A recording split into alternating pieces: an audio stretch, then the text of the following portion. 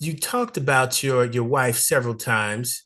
Hmm. When you first met her and were trying to win her over, what traits, attributes, or values did you want to demonstrate to her? Oh, wow. When I first met uh, my wife to be, Mm-hmm. some of the traits that um, I wanted to share with her. You got to keep in mind, when I first met my wife, I met her when I was first year at the University of Virginia. She was second year. We were on the university bus, and my roommate, Ray Jones, who's my boy, who I just saw recently in Boston, by the way. He came out to see my son play baseball when we were up in Boston. Um, he spoke to her, and I looked, and immediately I was like, she's fine. What's her name? And so I said, I tapped him. I said, introduce me. So he introduced me. And she said hello, but she really wasn't paying me any attention. It was nice. But I saw her again, I think at the library, and I tried to talk to her. I knew her name and would talk to her. She wasn't having any of that. And, me and my roommate, we were first year, but we were out. We had a great time. We had reputation, no, pretty well known. We were popular that just to be on grounds for 1 year. Um, so we knew first year, second year, third year, fourth year. We had our gambit. Um, but she wasn't really giving me any real play anytime. So this was her second year. Then I went into my second year. I pledged my second year. So part of that spring I was out of pocket. Um, but then my third year, her fourth year, um, I asked her out. And it was kind of weird because she was pre-med, I was engineering. So those two majors have late labs. So it's not uncommon for you to be coming from the chem building or engineering buildings like 4, 5, 6 o'clock in the evening or in the afternoon. So this particular day, we both were leaving labs. She was coming from, I guess, a chem lab. I was coming out of the mechanical engineering building. And there was a sidewalk that came together and joined together. And we kind of met and made eye contact. I said, hey. She said, hey, hello. And we started talking, and we were walking the same way. So we walked over to this building called Newcomb Hall, which is like the student center at the time. We walked that distance, and so I was on my way to work. I worked in a movie theater, which was in the basement of that building. Um, and I told her I was on my way to work, and um, I told her that I was contemplating. I said, "What are you doing this weekend?" She was like, "I don't know." Da da da. I was like, "Yeah, we have a dinner on Friday, but I don't know if I'm going because I may have to work. She, but I'm planning on going." I said, "In fact, would you like to go?" And she didn't. She looked at me, whatever. Uh, I so I said, "Well, can I have your number? And we'll talk about it once I know." So I guess she went back and talked to her roommates or whatever about it. But I called her later and told her I was going and would she go. So she actually said she was going. This was a Founders Day dinner for my fraternity.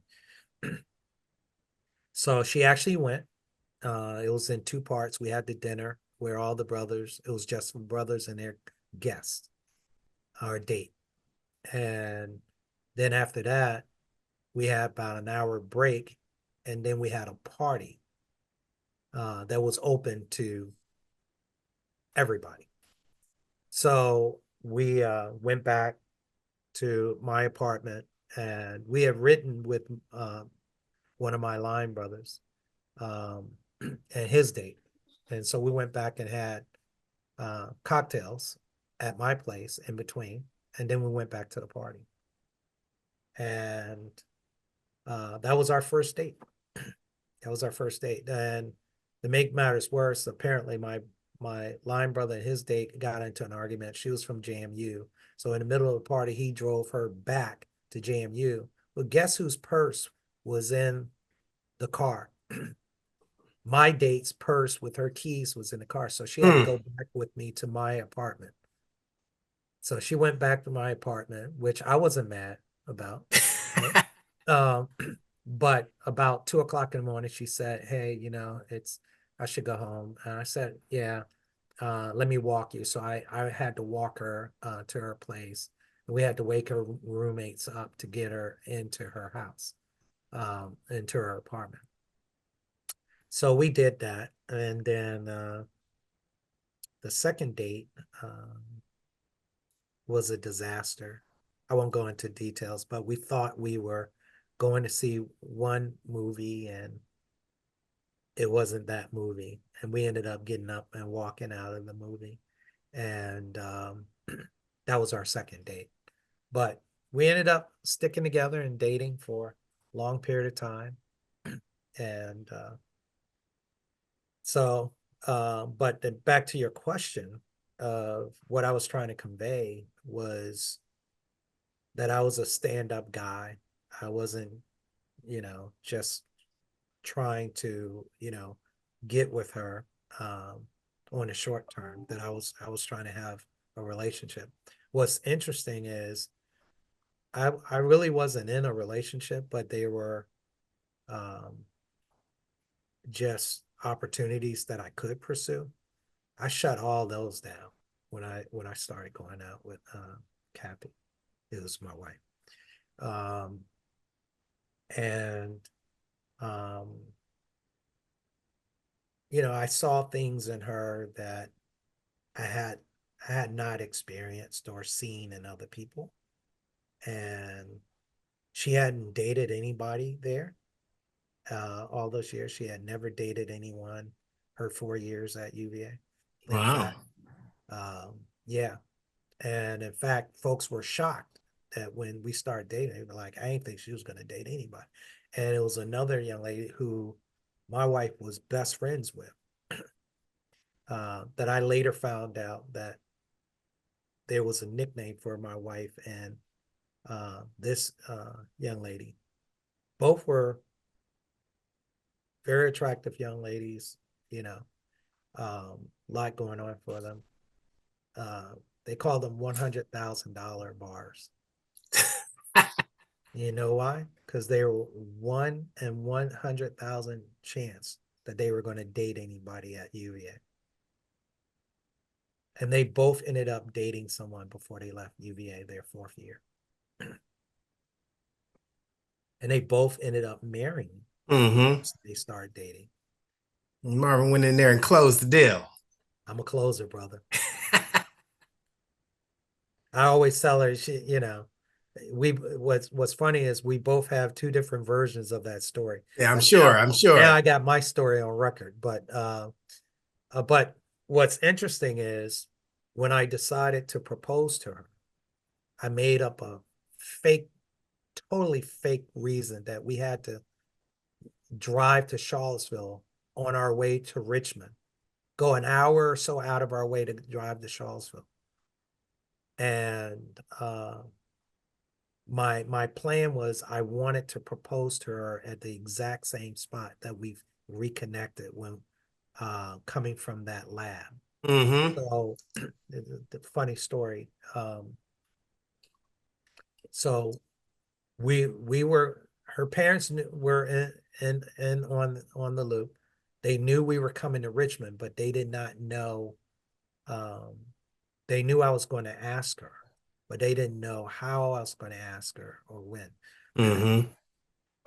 But they knew we were coming to Richmond that night.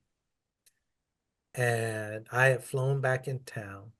I had been on the road. and just give you, this ties into some of the things that we've talked about previously. Um, I'm coming back. I have to go pick up the ring from the jeweler. Come back to pick up the ring. The ring was over $13,000, whatever, right? So I'm going to pick up the ring. Just been on, I think we had been out of the country and we were in Dallas for a training or something like that. We come back. My VP of engineering goes with me. We're we go to pick up the ring. Give the guy my credit card. Credit card is declined. Uh-oh. I was like, Tom, what is going on here, man? I got a schedule, right? I'm about to freak out now. And then go pick up the ring. Actually, Tom didn't go with me. I'm there to go pick up the ring, but Tom and I had traveled back together. I think he's home. So I was like, oh my God. And so I was like, I got to pick up this ring. They're about to close. So I called Tom, my VP of engineer, who is also my friend. Um, Tom put the the charge on his card. He paid That's a for friend right there. paid for it. And I said, I'll get you when we get back in the office on Monday, whatever, right? Right? We had worked together for years. And get the ring,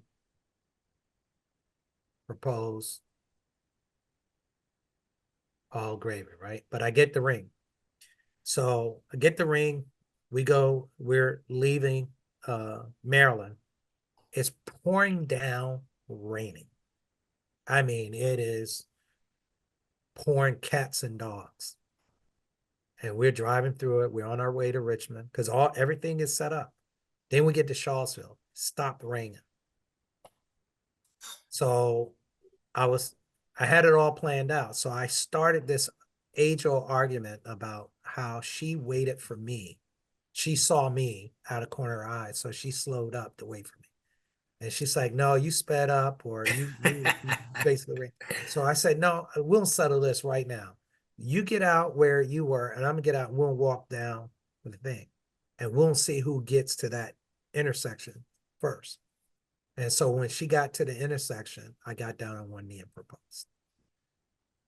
And then we got in the car after she collected herself and um,